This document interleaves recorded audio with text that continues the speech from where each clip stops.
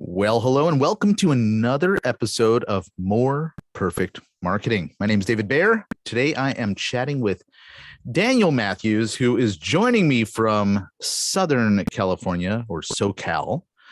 Is that where you are? I just realized, I'm pretty sure that's where he lives. Yeah. Yeah. I mean, Okay. the hip people around here call it Cali. Cali. All right. Well, I'm a native New Yorker. I wouldn't stoop to pretending to be hip. So Daniel is a serial entrepreneur, and that doesn't mean that he's a competitor of Post and Kellogg's. It means that he has been in the entrepreneurial world mindset and actively pursuing various businesses in his professional life. He's been in the sales and marketing consulting world. He has run a marketing agency. He's working on a super cool biking, or those of us in Oregon refer to it as cycling, marketplace. And I'm so thrilled that all of that qualifies him for a conversation on this podcast today. Daniel, welcome. Thank you for having me. I'm super stoked to be here from SoCal. SoCal, sorry. That's so old school, isn't it? Anyway, before I hit record, you and I were having a lively conversation about marketing, the fundamentals of marketing. And I said, so much of what you were just talking about in that pre-show conversation relates to human psychology, which I think is a big piece of marketing, right? We are, as marketers or as business owners, always focused on the tactic or the channel that we're marketing on, but we don't really think about sort of what's behind what gets people to take an action. And you made some really interesting points, and I wonder if you can sort of, guide us a little bit through these concepts, these ideas. But before we get to that, I'm sort of curious. A lot of this is self-taught, and I'm curious sort of how you developed the knowledge, what you've done, what you've been through to have this understanding of what marketing really is all about. Well, the transition from, it's a long story, but the transition from the solution is we got to run you Facebook ads to generate leads. And that's really just the entire plan. There's nothing else beyond that. And then someone pays you money to just manage your Facebook ads. That's hard to get out of. And I was in that for 3 years, maybe. Mm-hmm. And then the transition from that mindset to more of like Socrates mindset of marketing, let's say, was kind of quick because I had the right information in front of me, and it sort of just happened randomly, to be honest. So when you get the right information in front of you, which really it started from Sabri Subi. Have you heard of him? In Australia? Yeah, he's some fastest growing marketing agency in Australia, some really cool things like that, 400 million in 4 years, whatever. I read his book, and that brought me into where he goes deeper than just the solution is run a marketing campaign and build your list and voila, that's it. It was more of like the mechanics behind and what people are thinking. And by saying this type of context produces this kind of perception. So you like kind of nerd out on the theory, if you will, more so. So like you can shred on guitar, but you don't necessarily know what scale you're using. So now you're like learning the scales and mechanics. So now you know how to properly use them to your advantage. So that's where it first started happening. I had this it was like an aha moment, and I read that book, and then it started getting more deeper into like Rory Sutherland, who I don't know. Oh my God, dude. Rory Sutherland is the chairman of Ogilvy. You know Ogilvy? Okay. He has a purely human psychology ever since the OG David Ogilvy, and I don't know who runs Ogilvy now. I should. I don't know either. I just know him. That's it. But essentially it was like a punch in the face. It was one of those moments where I was like, oh my God, I've been doing this wrong for like 2.5 years. Mhm. And then once you get that painful self-reflection of like, oh, damn, I'm like thinking of it wrong. And then you realize when things are spelled out so clearly, then I sort of just abandoned that old way of just the solution's this into it's not that easy. This is going to take a while. We need to like dissect this and figure out exactly what we need to do and really just kind of make sure we have our fundamental foundation set. So it was self-taught, but it was kind of just like it was quickly taught because once I got the right info, I felt guilty. Like I've been doing this wrong for so long. I need to make sure I know this stuff because it's starting to make more sense. And that's kind of that's really just how it started. Yeah. And then when I started applying that in like consulting, it really solidified more. And my comfort and confidence went up because I just know like if I don't know the answer, that's not obvious. It's because I don't know enough information. And the more information I get, and then you cross-reference that with just these, again, fundamentals, which I know sounds vague. Maybe we can dive into that. But fundamentals, you're able to know if what you're doing is worthwhile pursuing as an idea of some marketing you want to execute, or if it's like, no, this goes against the fundamental and it's not going to work. And you think beyond just, yeah, run some Google ads and you're good. Pay me $4,000, Yeah. Okay. Well, let's talk about those fundamentals because I'm sort of curious. If I said, list your top 3 or top 5 marketing fundamentals, I can think of the types of things that I would start talking about. I'm curious to hear what you might. Well, see, the thing with that, it's more like it's the human psychology thing. It's more like that. It's more like we have to dissect. And now when I say fundamentals, there are like basic things, like you want to approach things in a way, usually it's sales stuff, actually. You want to approach things in a way that reduces their safety wall, build credibility, give value, become the expert, all that kind of basic stuff. But fundamentals sort of depends on the type of business and what they're doing, because they might be doing something just completely wrong. And so they're thinking of the solution is we're sending emails out, but they don't realize that the solution is actually like what they're actually saying in the emails. We have to dissect that and focus on the copy, or focus on what's the end result you're trying to get out of this. Is the end result in 5 emails?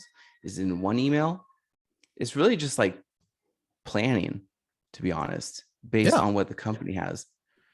But beautiful. I like this idea that marketing requires planning, which for so many businesses is actually not something that they do. Yeah, no, well, and they want it quick. Yeah. So for you to go up and say, we got to get this figured out, it might take 6 months, especially if we meet like, once a week or something. Mm-hmm. And they think it's just like this quick thing because they're stuck on the idea that, well, we could just put $50,000 in an ad campaign and start getting traffic. And you're like, cool, go have fun with that, see what happens. But it's hard to strategize and come up with a plan, and figure out what's going to work and come up with something where we're not just wasting money. So let's go to this $50,000 in an ad campaign and talk about some of the potential because look, you and I are in this business well enough to know what could possibly happen. But for our listeners, it might be a worthwhile exercise to sort of talk about the different things that could be the outcome of that $50,000 investment that somebody makes in an ad campaign, right? What's the good? What's the bad? What's the ugly? Well, the good thing is they could just win randomly and be like, whoa, we just tripled our revenue. And you're like, great. Do you know what made that happen? You're like, no, we just ran some ads and it worked, or, which by the way is not totally good, right?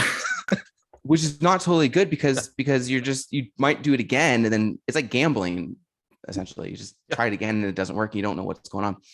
Kind of the other side to it is if you spend 6 months or a year planning this out, which I know sounds kind of crazy. Maybe it doesn't take that long all the time, but you don't want to rush this stuff because you're investing into a plan. And you focus on, okay, where are our customers at? Let's just dissect that and figure out what's going on. And then you go, okay, what's the first thing that they most likely do historically, let's say? And then you start, it's actually what you have kind of up there in your behind me. It's sort of figuring that out. So like the processes may not change, but you kind of insert different information to each step depending on what business you're working with. So on the plus side, you're now have designed something, and then you can track and go, oh, this is where it didn't work. Let's dive into that again. And so you can really pinpoint everything, which it's sort of funny. It's not a preferred strategy a lot of times because they just want quick results. Yeah. But you're saying, no, just invest some for testing.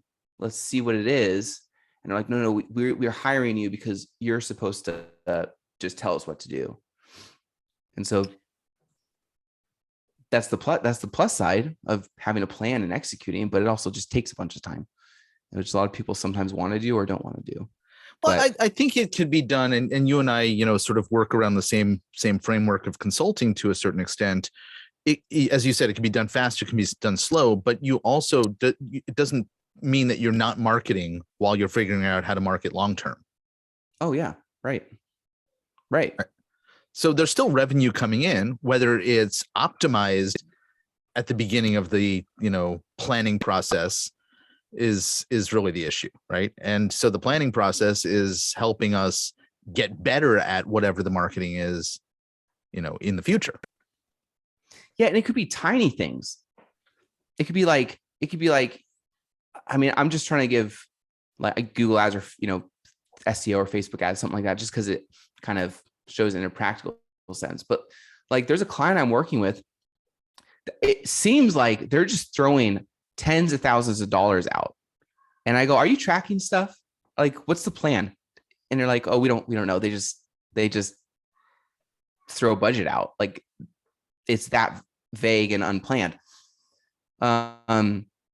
And for them, it was like just the smallest things made the biggest impact. The smallest things was like, they hire you on, they expect these big, like mind-blowing things. Like, here's a hack, here's this godly system that's just going to like explode your sales. And they don't realize that you can go in and go, we've done all this analysis. We looked at everything. We've like dissected it. Maybe we spent 6 months. I mean, this is just like the idea. And you go, you should just manage and optimize your keywords, because you see where like you're targeting the wrong things. The message doesn't match where that traffic is. Let's dissect that. And just simply doing something as simple as that could produce massive results. So it's also knowing how to like organize information, but because people will blab, and then you just have to understand how to organize it and then focus in on what areas are basically like hinting at there's an issue here, and then dissecting it and really just spending time talking and organizing thoughts and planning. And it's sort of like a focus group.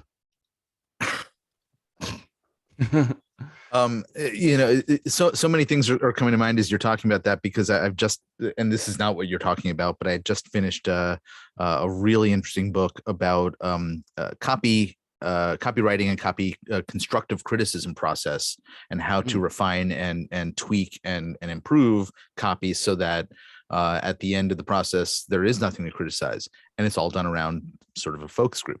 But a lot of what you've just been talking about there, just so we don't get off track on that, I'm going to bring us back to where we were.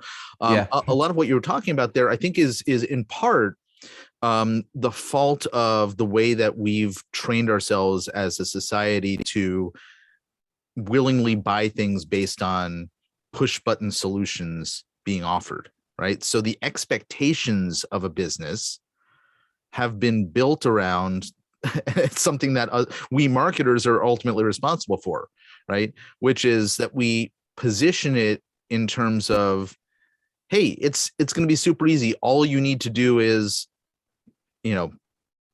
this one little thing, and suddenly your business is going to be improved. But the reality is, and I think, many marketers do themselves a disservice by, once you get somebody in the door based on that message, a lot of marketers fail to actually properly educate and recalibrate expectations to where they need to be. It's tools that you have available to you for marketing has made it easier for you to skip ahead and just do the execution part. So, and there's no shortage of hacks and systems that you could just plug and play and go, put a budget on, click a go button, and then that's your marketing, quote unquote. So it is easier for people to just do the marketing action than it is to say, well, slow down, let's figure this out. I mean, if you put thought into anything, it's probably going to be a better complete thought at the end, and less low resolution thinking, let's say, on it. Yeah, I guess that, okay, so we're both, with regard to technology and the way that sort of we've conditioned ourselves, we've really done all these business owners a disservice. But I think, the types of things that I think about when it comes to fundamentals, and I'm curious which of these resonates with you the most, is first, I'm thinking about sort of the general sophistication of the marketplace that's out there around whatever it is that you're selling, right? So are you messaging properly around that? How aware are they of your solution being the right solution? Are you targeting, you were talking about targeting them in the right place? Where do they hang out? Well, which of the many different subsections of the market that you could serve is going to be the one that you want to serve? What's going to be the most profitable? What's going to be the one that sticks around the longest? Yeah. I mean, these are the fundamentals that I think of.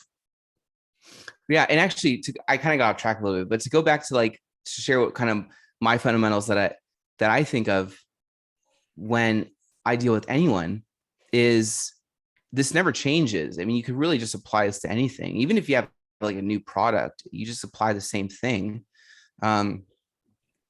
Essentially, it is like, how well do you know your dream buyer? Mm-hmm. Do you have an offer that's irresistible to them?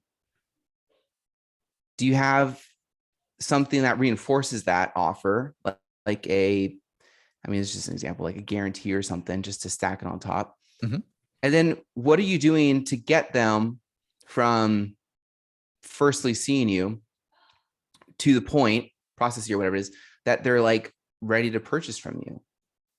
It's just, do you know your dream buyer? Do you have an irresistible offer?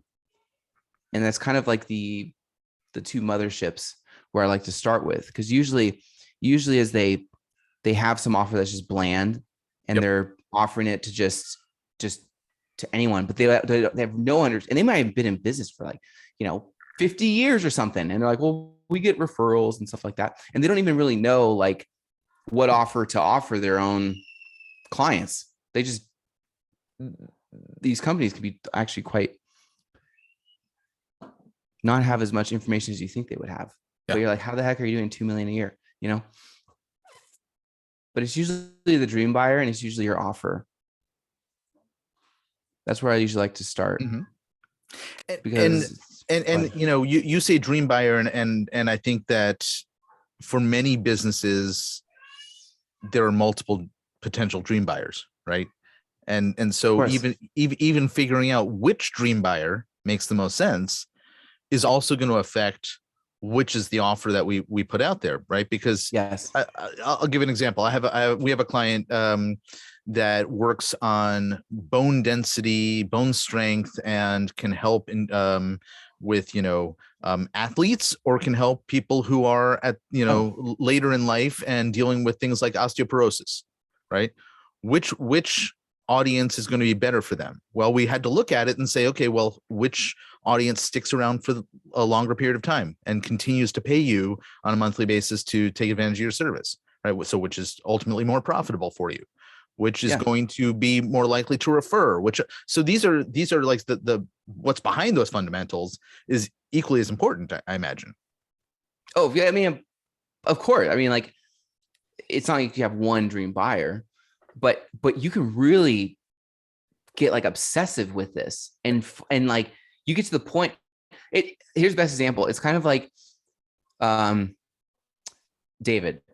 If I was like, yeah, David, you're my best friend, and you're like, I don't know about that, and then I was like, yeah, I know you, and like, okay, yeah, I know you love. Hopefully, I don't get this right. I know you love curry, so let's go get some curry, and I know you really don't like wine, so we're gonna avoid that. What do you think? You got the You're first gonna be part like, right. well, You got first of all, the second part wrong, but good. yeah, well, I know you like wine. That's why I said. So it's like, well, and then you're like, well, first of all, I love wine. And secondly, I don't like curry. So no thanks. I'm going to pass. And you're like, no, I thought I thought you liked that. But actually, I don't know. I'm just like throwing stuff at you. Yeah. But if I got to know you as a best friend, I'll know probably everything I could know about you if we've been friends long enough. And then I probably feel like I could leverage that to like convince you to go out on a Monday night and leave your kids at home to go party with me. Because I know like how to position that offer to make you want to do that. Mm-hmm. Because I know you as a best friend. And so if you know your specific dream buyer, for whatever product or specificity thing that you're doing, or specific thing that you're doing, you kind of leverage the same offering power. Yeah. Because you know exactly where they're at and what they're thinking and what to do and what to put in front of them, that they'll take that first little action. And you can find that info, like it's available. Totally. And to be clear, I mean, you were ultra specific talking about me and specifics about me, but there's archetypal or sort of general, you can make very clear assumptions that a group of people are going to have a lot of similarities. Yeah. Yeah. I mean, it's not completely accurate, but you do end up being in a position where you're like, typically it's there at this point. And you can really get a good sense of this by doing two things. You can actually go to like blogs or Facebook groups and scroll through all the comments, because people spill their hearts out. And so whatever you're targeting or your dream buyer persona sort of is, let's say like pregnant women. And if you jump into these groups, I mean, you'll get a really good sense just basically doing this, even from YouTube comments. It's like a therapy session in there, for any topic and subject, honestly. You'll get a good sense of like what they're sort of, what the trending topics they usually come up, or like where they're usually at. And you get a good sense of kind of where these people are, because they took an action to leave a comment. Yeah. Even just simply like that gives you a lot of insight. And then you start going, oh, okay, I'm getting a lot of people saying, okay, for instance, a client I have, they do ABA therapy. So if you have like an autistic child, you can decide to bring them to like an ABA therapist, and they work with them to kind of help them be independent and do things like that. I think most of the time they're just playing and stuff. But anyways, a lot of the comments we get that are good, because people put a lot of bad comments about that stuff, but point aside, a lot of good comments, the information comes from parents. If the information comes from parents talking about this, mm-hmm. and how they can take their kids to the movie theater and they don't have tantrums or anything, the audience love that. And they're like, so wonderful. I'm really happy for you. If the company shares the same information, they get massive kickback. ABA therapy is abuse. It's bad. Don't do this. Mm-hmm. But it reveals a lot of information. And so people are saying, I keep finding the same comments over, like, I get to do all this fun stuff with my kids. Now that's a note we can take, right? That's something we could put in our marketing. Now you can put messaging around that, because that's sort of what real people are saying who we want to target. So anyways, long story short, that's a really basic way to get an idea or insight, because people are living online. It's all public. Yeah. But makes sense? Oh, totally. And I mean, you've described the process that I use in copywriting as well, right? So it's not just the concepts. It's also taking the language, taking the nomenclature, taking the phrases that they're using, because it's a great way to get them to look at something that you as a business put out there and say, oh my gosh, I've been thinking about it that same way, or I just said that to my husband the other day, or, you know, something like that, because it really is, you know, sort of putting a mirror up in front of them and saying, this is you.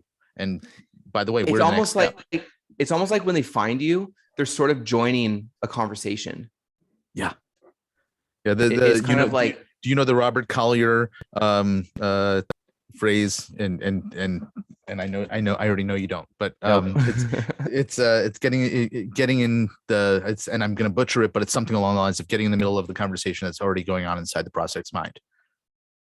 Oh, right. So you are absolutely, you know, having a conversation with them. It's just they've already been having that conversation, and then suddenly you show up and you're like, yep, let's continue that conversation you've already been having. Yeah, it's like when you're at a party. If you're at a party and then there's a group of people and you're trying to like break the ice somewhere because you're just standing there alone, and someone brings up, like, I'm a musician, I like guitars, and someone brings up the guitars, I'm gonna pop in there and go, oh yeah, me too, I love it, let's talk. And that usually that builds a good quick relationship and trust, well, and credibility, because you know what they're talking about. They're like, this guy knows what he's doing. So it's sort of like that. And also another way to put it is like, if you get into the psychology of things, if anything with a stranger is slightly weird, it's like incredibly awkward and weird, you know. So the smallest things with strangers, you're like, what a weirdo, but he could be like totally fine and great person. But if a stranger comes up to you with a tinted window that smells a little questionable, right? They come up to you and they drive right next to you really fast and stop, and they roll their window down and a bunch of smoke comes out. I'm just trying to make this sound really awful. Yeah. But they go, excuse me, I'm new around here. Could you help me? I'm looking for this like hotel. It has a penguin in front of it. And you're going to go, oh yeah, hey, listen, take my number. I'll tell you how to get there. You basically just go down this road and then you're going to find the Penguin Hotel. Like, this is some random dude. But when they ask and question, like they're lost or confused, people have this like innate urge to want to help them. Yeah. And they don't even know it. And it's just some random person. So you can tap into that similarity, whatever it is, I don't know what it is, but into your marketing. So they're like, oh, this is exactly what I'm looking for. Yes, right. Or you're saying, hey, I need help with directions. And they're like, oh, we want to help. And, you know, whatever it is. So you could tap into that. It's really interesting. Well, it's a human desire to be helpful, which is something that, you know, more businesses ought to take advantage of. And this is, you know, pure stuff out of, influence or persuasion from Robert Cialdini. That is like a couple of Bibles for marketers out there. So yeah, like one more point real quick. I'll make this really brief, I promise. Yeah. There's a guy named Jeremy Miner. Have you heard of him? You know, I'm going to embarrass to say no, I haven't. And you're going to tell me who is. I'm like, oh, I should know who that is too. But no, yeah, I don't know who he is. Well, look him up. He's amazing. This guy's sales position that he has and what he teaches is like unreal. Out of everyone I've seen online and listened to, I'm usually like, okay, I understand, like you're just saying it in a slightly different way. Okay, great. Not a big deal. But this guy uses sales in a human psychology fashion, which I don't think anyone else has normally done. Now, I'm sure there are other people who have done this, but not in a practical sense as this guy does it. So what he goes, no, people want to help you. People want to like put their resistance wall down, disarm. And so a great way to do that is acting confused or making him seem like, I'm going to help this guy out. Right. Yeah. Hey, is this, I'm not sure if you're the right person I need to talk to you about this, but yep.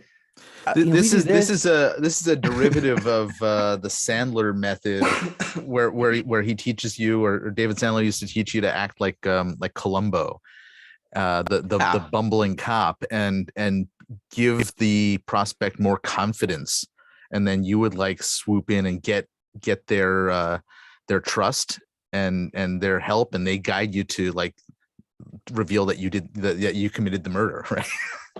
Yeah, you're like, oh yeah.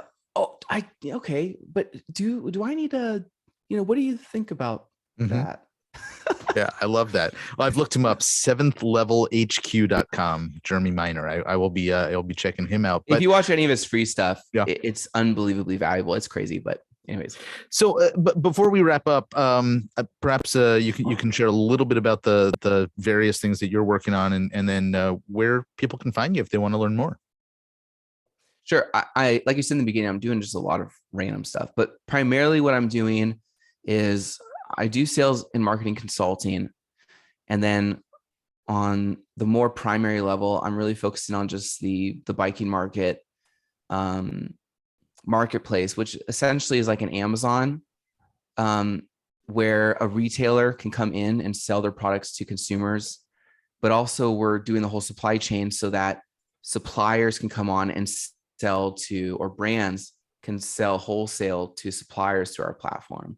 But brands also do retail, so they could sell retail too. So we kind of have this whole cool thing, and it centralizes the biking marketplace. And if you're a cyclist, it's really difficult to find parts.